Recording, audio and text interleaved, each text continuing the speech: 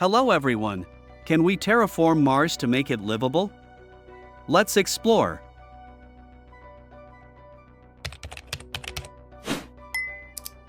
The concept of terraforming Mars, transforming it from a desolate, frigid world into a habitable Earth-like environment, has long captivated the imaginations of scientists and dreamers alike.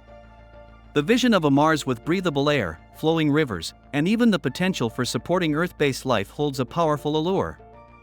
But is terraforming Mars a realistic goal, or is it destined to remain firmly in the realm of science fiction? Let's delve into the science and challenges of this monumental endeavor. To begin with, what exactly does terraforming mean? Terraforming, in essence, is the hypothetical process of deliberately altering a planet's atmosphere, temperature, surface features, and potentially even its ecology, to make it more hospitable to Earth-based life. In the case of Mars, terraforming would involve a colossal undertaking with several key goals. Firstly, we would need to substantially thicken the Martian atmosphere. Mars' current atmosphere is incredibly thin, with atmospheric pressure less than 1% of Earth's. A thicker atmosphere would provide greater protection from harmful radiation and raise the potential for liquid water to exist on the surface. Secondly, Mars is a frigid world, with an average surface temperature of about -80 degrees Fahrenheit, -62 degrees Celsius. To support liquid water and make the environment more hospitable to life, Mars would need to be warmed significantly. Additionally, terraforming Mars would likely necessitate the introduction of large amounts of water. Evidence suggests Mars once had abundant liquid water, but much of it has been lost over time. We might need to unlock frozen water in the polar ice caps or subsurface reservoirs, or perhaps even find ways to redirect icy comets or asteroids. Lastly, we'd have to work towards creating a breathable atmosphere. Unlike Earth's atmosphere, which is primarily nitrogen and oxygen, Mars' atmosphere is mostly made up of carbon dioxide, unsuitable for humans and most Earth-based life. So, how could we bring about these extraordinary changes? Scientists and engineers have proposed a few theoretical approaches to terraforming Mars, though many remain highly speculative.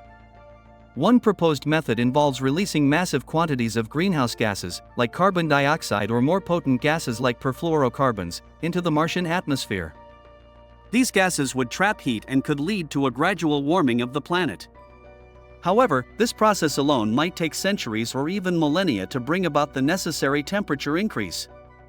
Another idea involves deploying giant orbital mirrors, designed to reflect additional sunlight onto the Martian surface and increase the amount of solar energy it receives. This concept could aid in the warming process. Some have even put forward the more dramatic and controversial proposal of detonating nuclear devices at the Martian poles. The hope is that this would release water and carbon dioxide trapped in the ice caps, though it comes with substantial risks and ethical concerns. Others theorize that introducing specially engineered bacteria or extremophile microorganisms capable of surviving Martian conditions could help modify the atmosphere over extremely long periods. These organisms might release oxygen or other life-supporting gases. While these ideas might seem like works of science fiction, they have some basis in scientific principles. However, terraforming Mars poses immense challenges that extend far beyond the current capabilities of our technology.